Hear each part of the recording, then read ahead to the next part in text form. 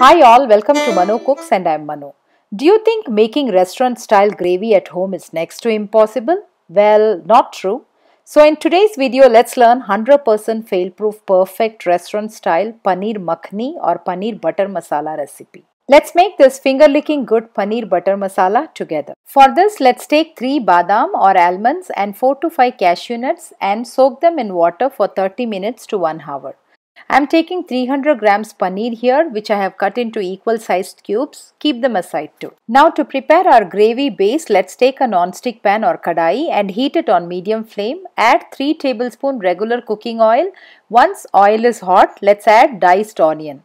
As you all know, you can get the ingredient list on the description box down below this video. Saute the onion for a minute. Now let's add ginger and garlic. I am adding 2 garlic pods and a small piece of ginger as you see in the video. Let's saute everything. Please do not burn the onion, ginger or garlic or brown them in this stage. We have to keep cooking them until we see onion changes color and raw smell goes off the onion.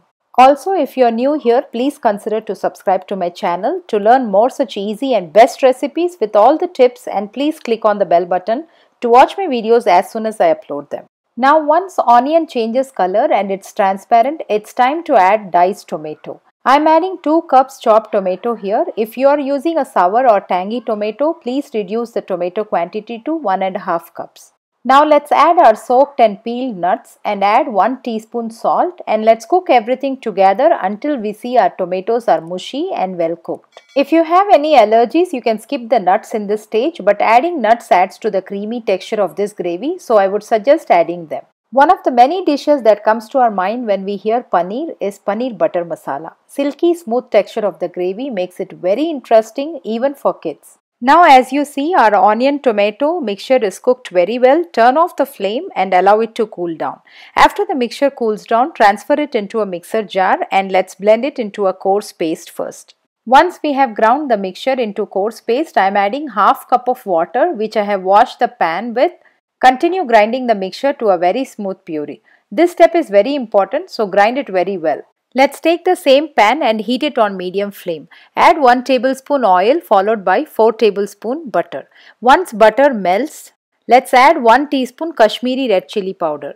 Best tip here, if you do not have Kashmiri red chili powder, please skip this step. Kashmiri red chili powder gives a very nice color to this dish, that's why we are using that here. Please do not burn this chili powder. Be quick to saute it in butter for few seconds, and let's go ahead and add our tomato and onion puree. Let's go ahead and quickly mix the butter and the puree together. I am adding half cup of hot water to the mixer jar and adding that water along with the puree. Mix everything very well and reduce the flame to medium-low and cover the pan and let's cook for 5 minutes. After 5 minutes, let's open the lid, mix again and cover it and cook for another 5 minutes until you see tiny oil particles starts floating on top. I have cooked exactly 10 minutes on medium-low flame. Now let's add our flavoring ingredients. First, let's add 1 teaspoon sugar. Adding sugar does give a nice glaze to our dish, so please do not skip this. Let's add salt, half teaspoon.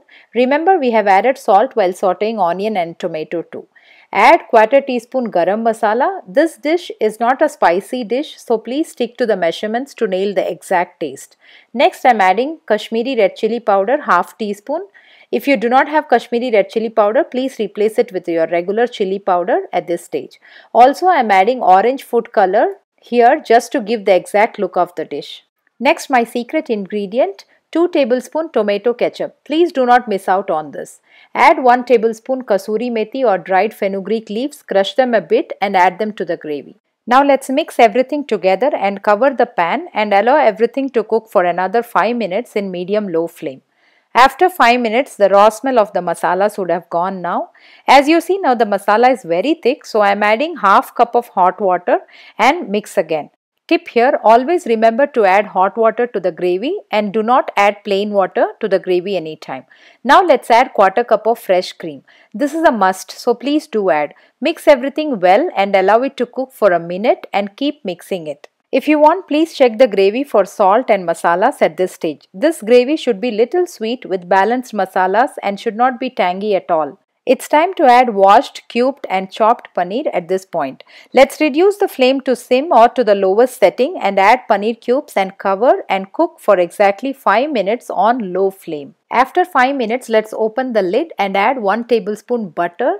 And as you see, now we have a very smooth and silky gravy with small oil particles floating here and there. This is the right consistency. Turn off the flame and keep it covered for the flavors to set in. My best tips for this recipe: if tomatoes are tangy, please reduce the quantity by half cup from the mentioned quantity, or you can increase the quantity of onion by half cup.